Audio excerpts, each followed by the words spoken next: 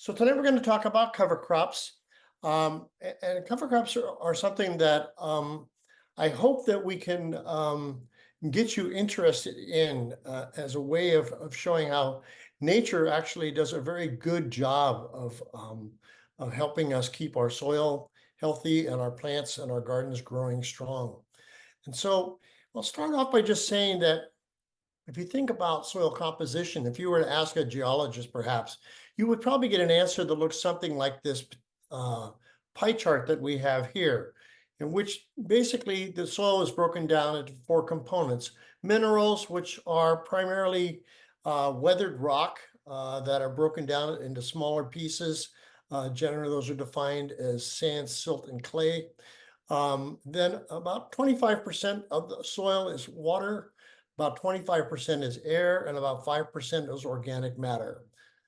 But in reality, soil is much more than that. Okay. Soil is actually a very multifaceted ecosystem that you really want to look at in sort of in a different way. And that's what I hope to kind of help you understand today. If you look at soil, it's very layered, and you might look at the top of that and you're going to see plants that are growing on the top. But as you begin to go down through the different layers, you're going to see that there is really just a myriad of life forms that are in here. I mean, we have things like mammals, and we have all types of insects that are growing in here. We've got the roots of the plants that are growing.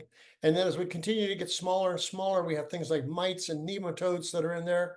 And when you get down to the microscopic level, things like protozoa, fungus, and bacteria. And sometimes we don't see that. An example I try and use when we talk about soil in our new volunteer training classes is that it's sort of like going down to the beach, or you're at the ocean, and you look across that water. What you see is water. But if you have the opportunity to dive into that ocean, and especially if you're in a warm tropical ocean, and you begin to see things like coral, and you see the algae, and you see all of the different fish and all the other different life forms in the ocean, you can kind of think about soil in the same way. The soil is just this massive ecosystem that's basically the skin of our earth. Okay. So one of the things that we hope to help you think through, and this is just a common sight, I think, especially here in California or any place where a lot of agricultural is that you see bare soil like this. This is maybe at the end of a season or right before the beginning of a season. You see plowed fields. You may have heard that, perhaps after a season, you want to rest your soil. And I'm really here tonight to kind of get you to believe that that is not what you want to do with your soil. So let's talk about that a little bit. So the U.S. Department of Agriculture in their Natural Resources Conservation Services has actually kind of laid out 4 points that are really important as we try and maintain and improve soil health. And that's, I think, a goal of anyone that's gardening in their soil, and especially if you're growing any type of edible gardening in your soils. So first off is to keep the soil covered as much as possible. Think about things like mulches and things like that protect the soil.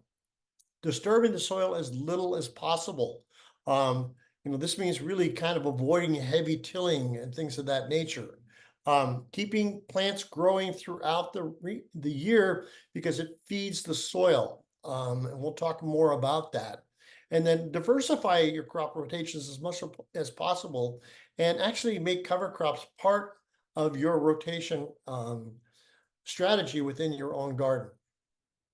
So how do we do that? Well, I think one of the ways to do that specifically is when we do cover crops. And so what are cover crops? So a cover crop is just a crop that you grow for your soil instead of a crop that you're growing for your plate. It's kind of as simple as that. Okay. So a little history about cover crops. People have been using cover crops literally for thousands of years. There are records of the Romans actually understanding cover crops and using them in their agricultural endeavors. In the Far East, cover crops are used extensively in a lot of the grain production, the rice and the barley that's done over there. In early America, there are in the writings of George Washington, Thomas Jefferson, George Washington Carver. All of these folks were actually actively using cover crops to help keep their soil productive. And interestingly enough, cover crops, or what we call cover crops today, were only named about 50 years ago. And serious science research into cover crops only began in the late 1990s. And so there's a lot that we're still learning about cover crops and how they work with that ecosystem within your soil and how they help us build our soil and make our soil healthier. So let's talk a little bit about the advantages of cover crops. And if you kind of look at this list, it's an almost too good to be true list in terms of what they can do. But they can certainly improve soil health. They're going to slow erosion, enhance water infiltration, which is obviously very important for us here in California, as we want to make sure that any drops of water we put on our soil is getting used in the right way. Reducing or mitigate soil compaction. We have a lot of clay in our soils, especially here in Northern California and Contra Costa County. And anything that we can do to make it easier to work in the soil is something we all, seek. Helping to smother weeds, actually helping to control pests and diseases in your gardens, increase the biodiversity of your garden soil, attract beneficial pollinators, and then actually a well-managed cover crop can be aesthetically pleasing. They can be actually pretty. And so what I'd like to do for the next few minutes is just sort of dive into each of these advantages and give you a little more background on them and how cover crops will help you with these in your particular garden situation. So improving soil health. So I mentioned the fact that your soil is an ecosystem. And there are a myriad of creatures that are living in there. And many of those creatures, especially the microscopic creatures, live off of the exudates from plant roots. Plants only use about 50 to 75% of the carbohydrates they produce, and the rest are actually exuded through their roots. And that then brings around these microscopic organisms, the bacteria, the fungus, the protozoa that are in the ground. Earthworms also that feed off of those microscopic organisms, their population are going to increase because, if there's food, you're going to get earthworms there. One of the things we think a lot about is building carbon and trying to add organic matter to our soils. And cover crops actually work very well in increasing that soil carbon and that soil organic material, which in turn is going to make for healthier soil. They actually contribute to better soil nutrient management. And there's ways that we'll talk about in this presentation to how you can actually reduce the amount of fertilizers you may need in your soil by taking advantage of cover crops. Improving biodiversity. One of the things that I think we're learning more and more about sustainable gardening is the importance of having biodiversity, having a lot of different types of plants that are growing, because those are going to then attract more of the good insects to our garden. They're going to help protect us against pathogens in our soil, and obviously to build the community of the ecosystem that's in the soil.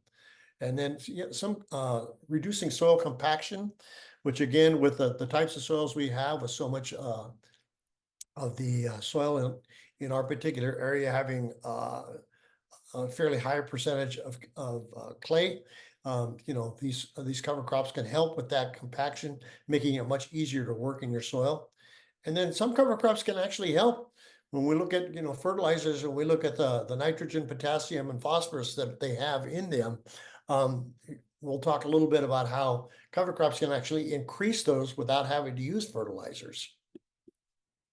So the United Nations has been doing a lot of studies on erosion, and the fact that erosion is actually stripping good arable soil off of the face of the planet at a rate of about 75 billion tons per year off the entire planet. And erosion can happen in several ways. The photograph you see on the left, that's wind erosion, okay?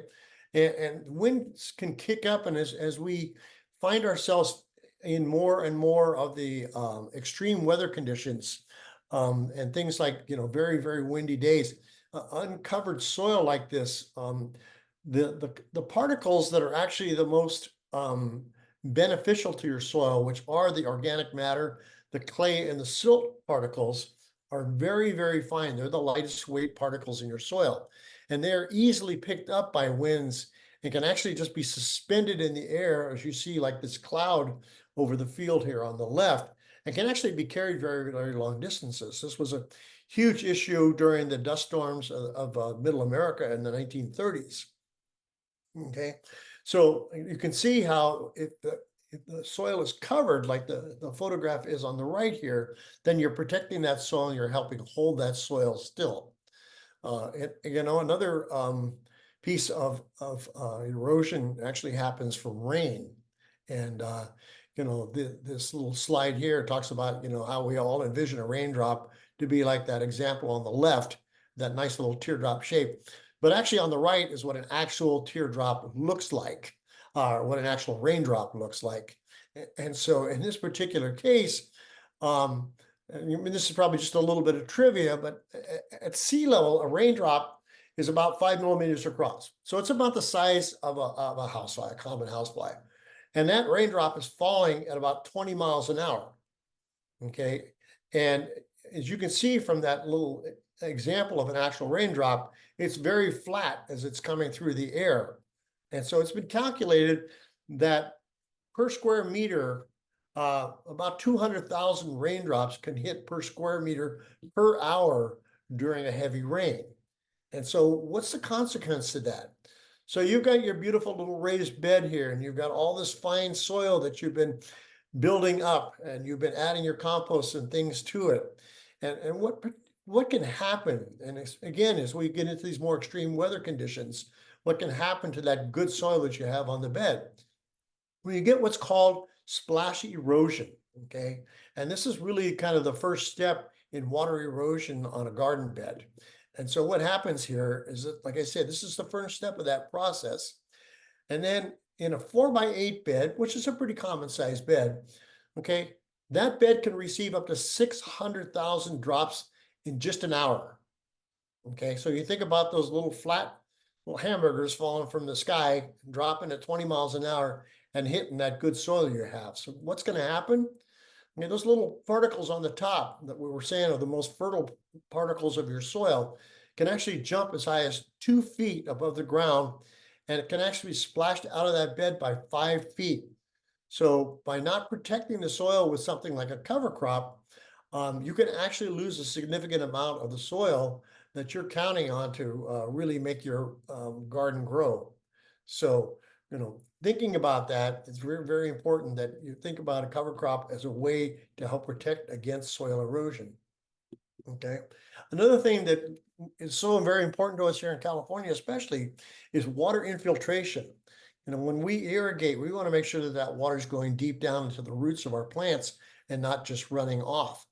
And part of that is the fact that we need is to have good, healthy soil. Soil has to have good structure. If you remember in that original pie chart, we kind of showed that soil had 4 components to it, that there were the minerals, the clay, the silt, the sand. And then there's the air and the water and that organic material. Well, all that works together, and it actually sort of works like a glue that helps to moisten the soil, and it helps to hold that soil together so that there are air pockets and there are little channels for the water to run through. And along with that, you want those little pockets because you want the roots to be able to move through there and to be able to access the oxygen, the water, and the nutrients that are on those soil particles. So when you have something growing constantly in your soil and you're not disturbing the soil, then your soil is going to actually develop a better structure over time that's going to help with those things that are so important to us. Okay, so smothering weeds, talk about that, and that's an interesting thing. Nature tells us, and we saw from the USDA study, that it's important to have something growing in the soil all the time. I mentioned it's actually feeding that ecosystem that you have. So when you leave soil bare, nature's going to want to grow something in it. It's just the nature of the beast. And so by planting a cover crop, you can actually control then what's starting to come up in your soil. So cover crop will actually create direct competition against, arbitrary weeds that may be blowing in from other places. And there's actually studies that have been done recently that talk about something called the allelopathy release of growth inhibiting substances that many cover crops have. And because they will then outcompete the other weed seeds in your garden, and so therefore, you're not going to be out there all winter or all summer digging weeds. And so this is going to help a lot in terms of reducing the amount of work that you have. Okay. And so they also have a blocking stimuli. So they're gonna even cut back on those weed seeds even more in how that they actually release this particular chemical substances to the soil that actually stop the weed seed from even germinating. Okay. And then also, what they can do is they can alternate the microbial communities.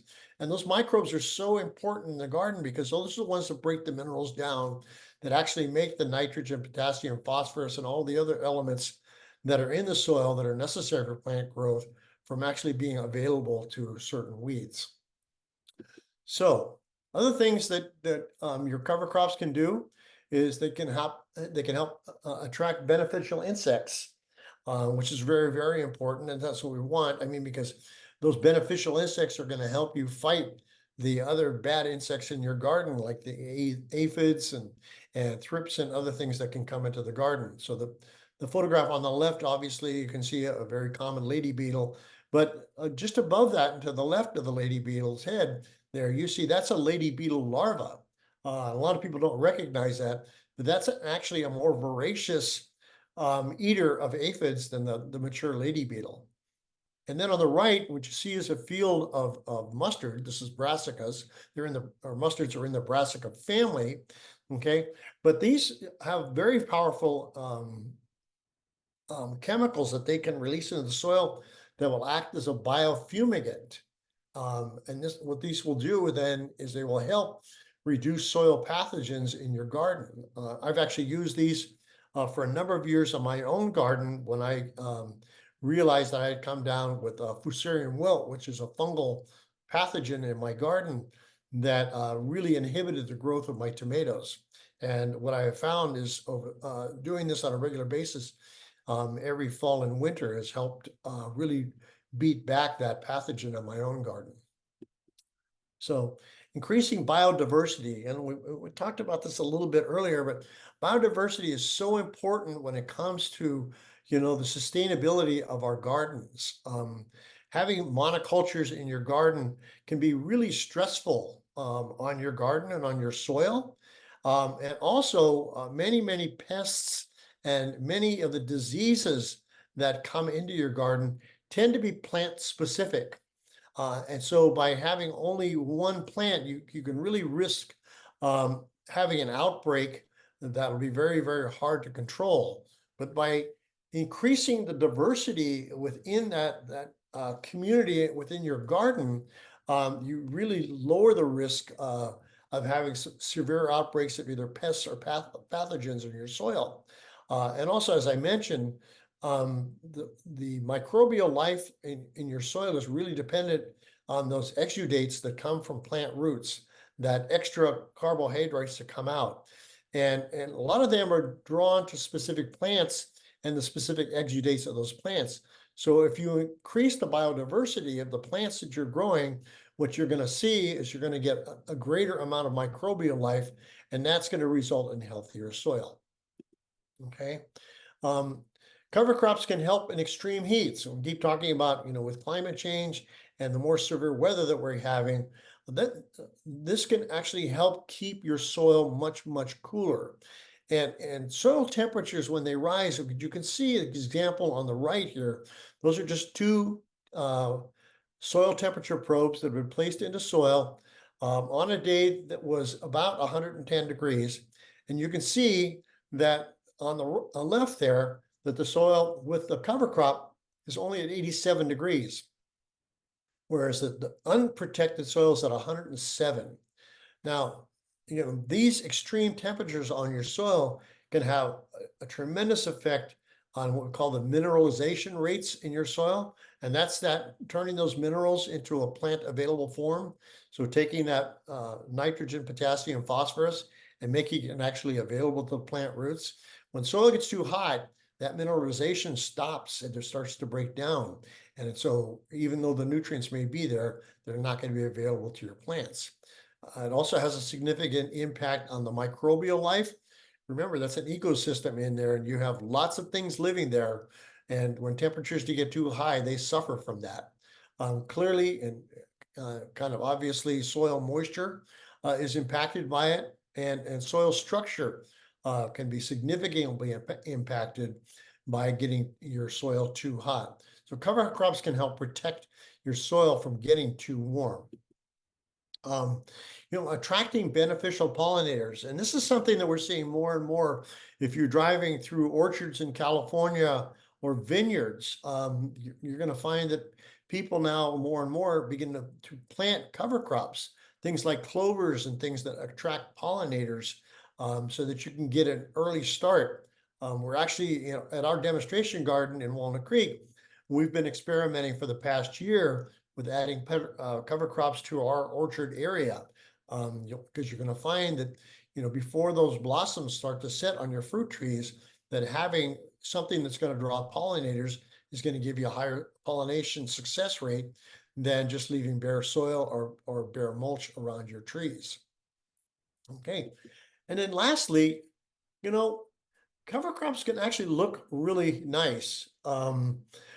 You can see from these pictures here, things like crimson clover. And, I think all of us that live here in the Bay Area, if you get up into the wine country, in the early spring, late winter, and see the mustard blooming across the hillsides and stuff, these can be really attractive. A few years ago, we actually planted a whole bed with crimson clover that came up in late March, early April, and it was just stunning to see that. So, even if you don't do it for all the other things, you might do it just because it gives you something to look out the window and see during the winter that's pretty. So, how do we choose the right cover crop? Well, cover crops, we kind of look at cover crops in large batches, okay? So we look at things called legumes, and legumes are really known for their ability to fix nitrogen in your soil. Nitrogen is one of those things that, especially in our Northern California soils, can be very elusive. A lot of the summer crops that we grow are heavy nitrogen feeders. And so following those up with a legume can actually help to replenish nitrogen into the soil. Grains, so add carbon and biomass to the soils, not only with what you see above the ground, but these grain plants actually have huge root systems as well that can go very, very deep into the soil. So we actually call these scavenger plants because they can go deep and pull up nutrients like nitrogen and phosphorus that may have leached deeper down into the soil. And so they can scavenge those nutrients and bring them back up into the root zone where plants can use. And brassicas, and we're going to go deeper into each of these in just a second, but these are great for biomass production and nutrient scavenging again. And I can tell you from my own personal experience that planting these in the fall, they take off very, very quickly. So in terms of also protecting your plants or your beds from things like erosion and things like weeds, brassicas do a great job at that. And then one of the things too is if you go out and you look on a lot of the websites that sell cover crop seeds, you'll see that a lot of these companies actually put together what we call cover crop mixes. And those cover crop mixes can then give you the benefits of many of these things. You can get the benefit of the legumes and the grains and the brassicas. And that's also going to promote the biodiversity of your cover crop strategy. So talking a little bit about legumes, um, they are nitrogen fixers. And I'm going to talk a little bit more in detail about how that works. But they're also a great habitat for beneficial insects, which we always like. They're great at weed suppression, and they're great at developing a lot of biomass, which is going to increase the organic matter within your soil. So things like fava beans, field peas, cowpeas, vetch, clover, and alfalfa, all of these help to restore the nitrogen by refixing it back in there. And one of the things that you might find if you're shopping for legume seeds is they may talk about the fact that they need an inoculant. And this is because what you're trying to do is you're going to try and bring those bacteria, those special nitrogen fixing bacteria into your soil. So if they've never been there before, it might be worth it. Chances are they're going to work without an inoculant, but it might be worth it to go ahead and try that. And how this really works is this is actually the roots of a fava bean plant that have been pulled up. And you'll see these little nodules that are attached here to the roots. And what those are the bacteria that fix the nitrogen, and they create a symbiotic relationship that kind of works like this. They attach to the roots of a legume plant. And once they do that, then they start feeding off of those exudates that we talked about, the carbohydrates, the excess carbohydrates that a plant produces.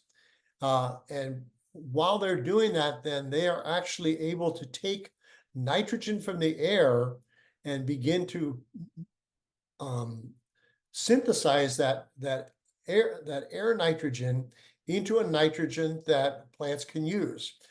Typically, what they're doing is they're converting air nitrogen into ammonia and nitrates that will be available to the plant.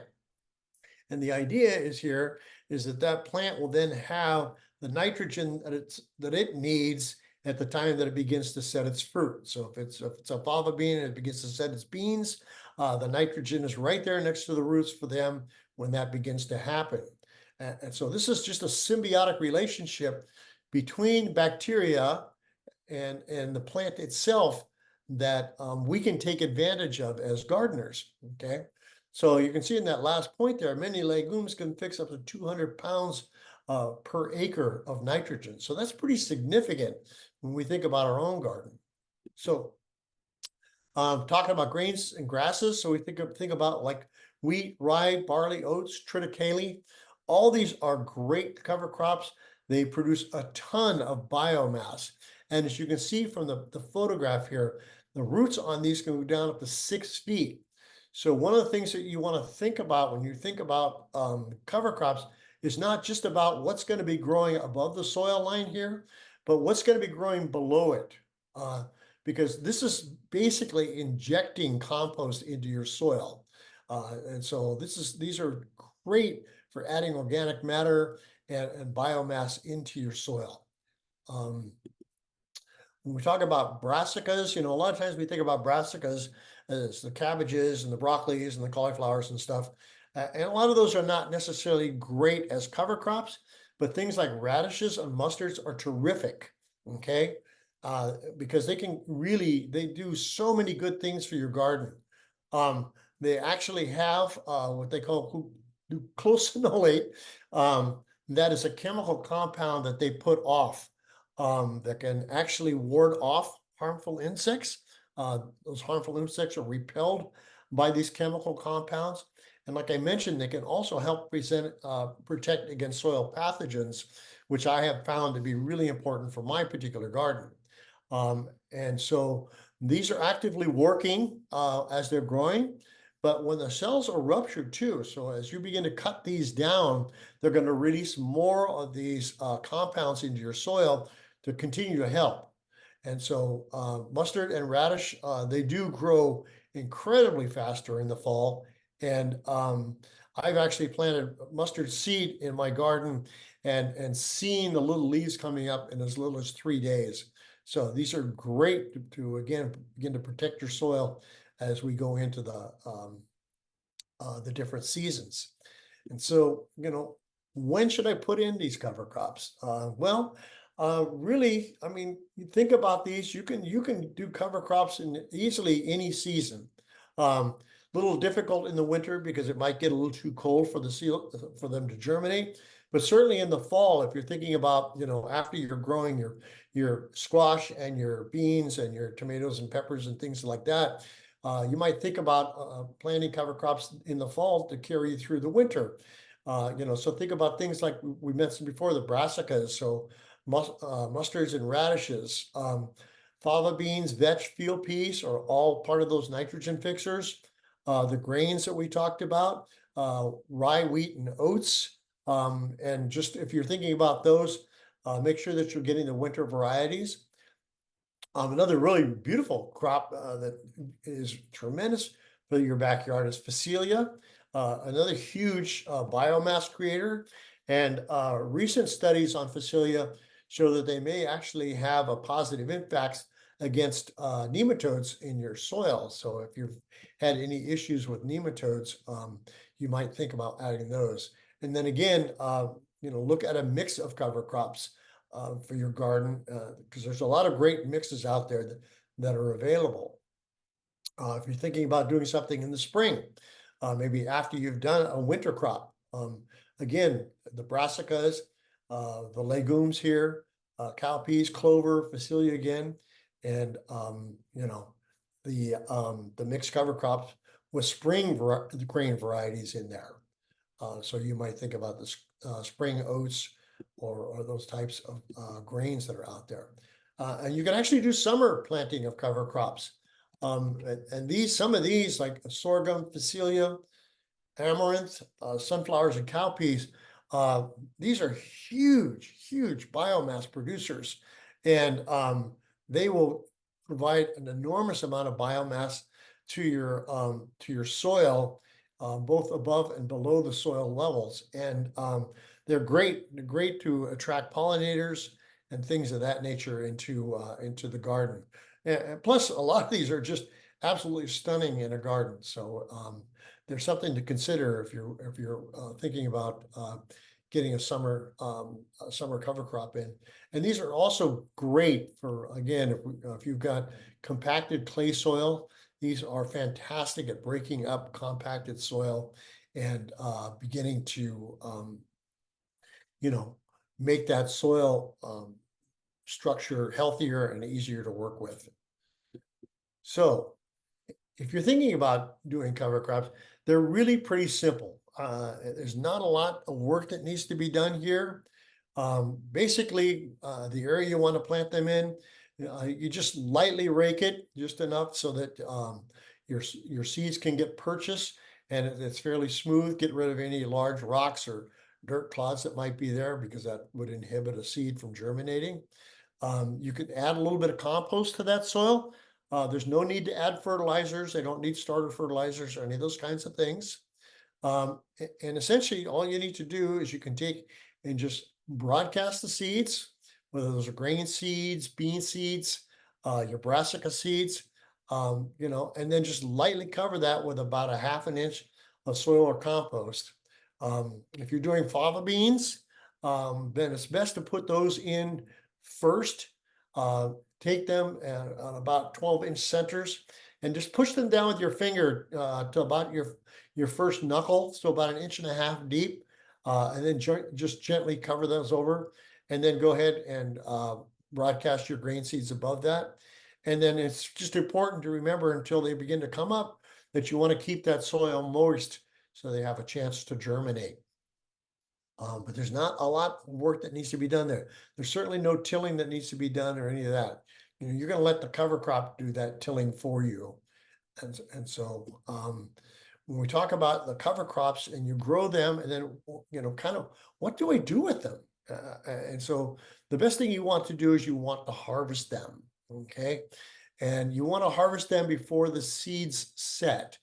So optimally, when those plants have about 50% coverage on their flowers, that's a good time to start thinking about taking them down. And that's probably optimal, especially if you're trying to maximize the amount of nitrogen that you're getting from your legumes. Because once the seed begins to set, or when the beans begin to set, like with your fava beans, that plant is going to start drawing that nitrogen out of those pods that are on the roots to begin to feed itself so that it has the energy to grow out those beans. So, and if you like fava beans, certainly there's nothing wrong with keeping some of the plants for yourself, but then going ahead and taking down the rest of those plants at that 50% flower level so that you can maximize the amount of nitrogen. And when you harvest these, it's important to think about the fact that we're trying to increase the biomass in your soil. And so you want to take any of these plants and you want to cut them down at the soil level. You don't want to pull them out of the ground because that would kind of defeat the purpose of getting all that biomass growing down there, those roots and all that they're doing down there. And you want that nitrogen to release into that soil from those nodules that are on the roots of your legumes. Okay. And so at that point, I mean, you have a couple of options. Personally, I use an old hedge trimmer and I just go carefully layer by layer and cut down my cover crops, and I leave them right on the soil that they grew from. Cover them with some compost, and then I will actually cover them with burlap sacks, which are something that I have found is a great sort of a temporary mulch. And you can just look up coffee roasters, Bay Area coffee roasters. Most of the Bay Area coffee roasters around us here in Contra Costa are more than happy to give you the big burlap sacks that the green coffee comes in from the different countries, because otherwise they have to take those to the landfill, and obviously that costs them money. But they are a great way to cover the ground and really help accelerate the breakdown.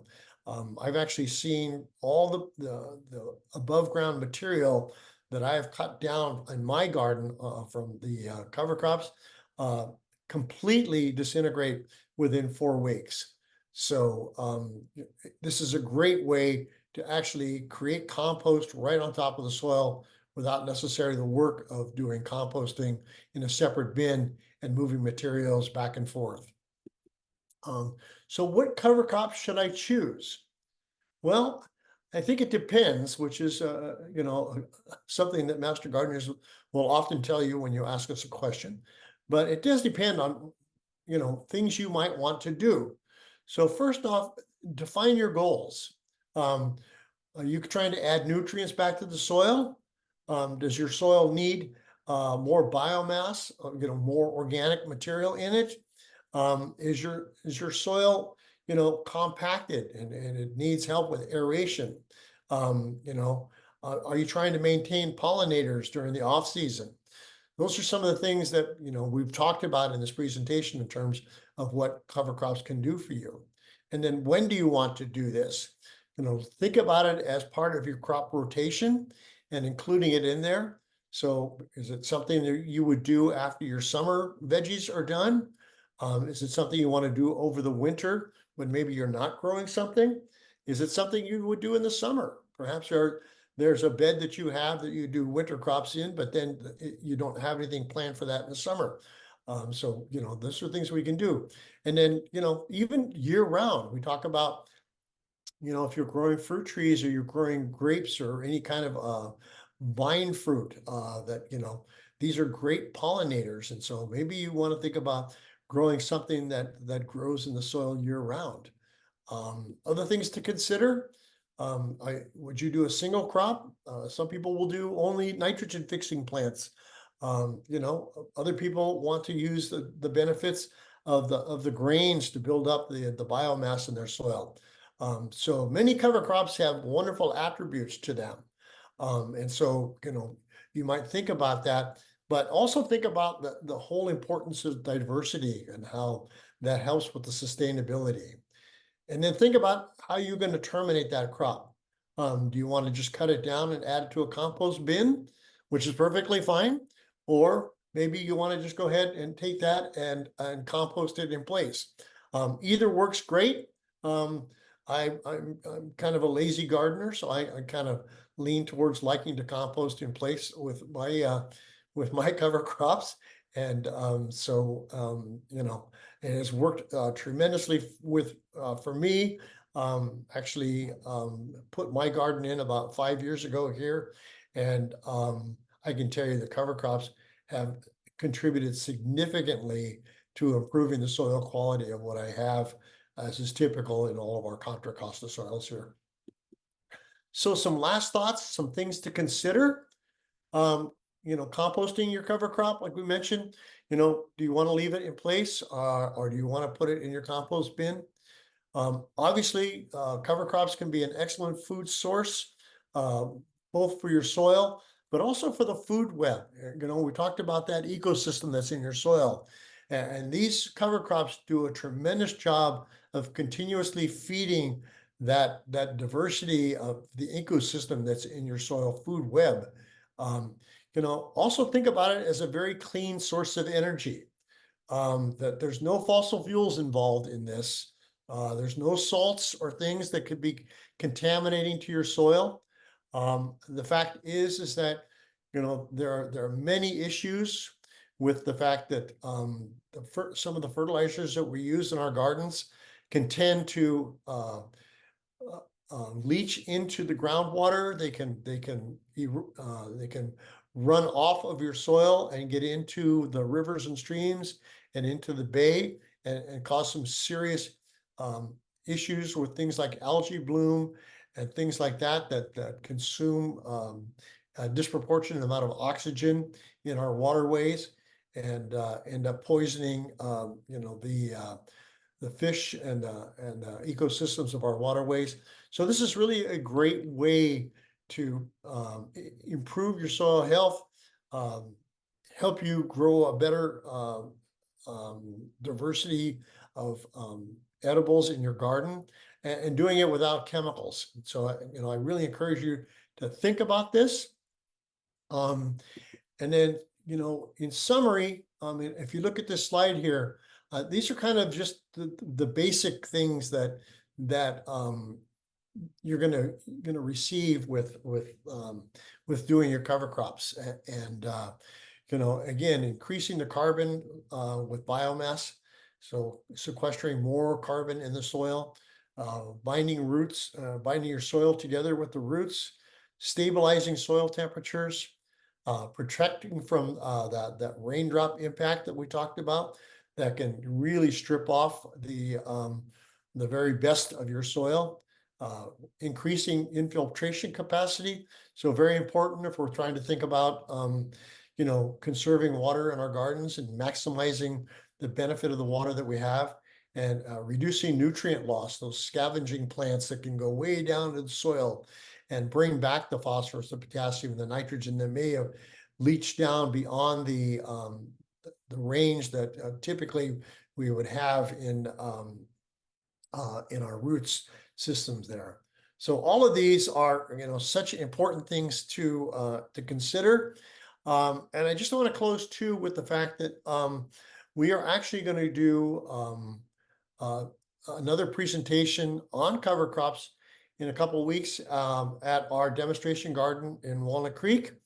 And we'll actually, when we're there, have different mixes of seeds that we can make available to you. And so if you are interested in cover crops and you'd like to go a little bit deeper, I encourage you to join us at the garden. And we can actually spend a little more time doing one-on-one discussions with you about the specifics of the goals that you might have, and the timing on when you may want to do this. And so, please come out, join us. We'd love to see you.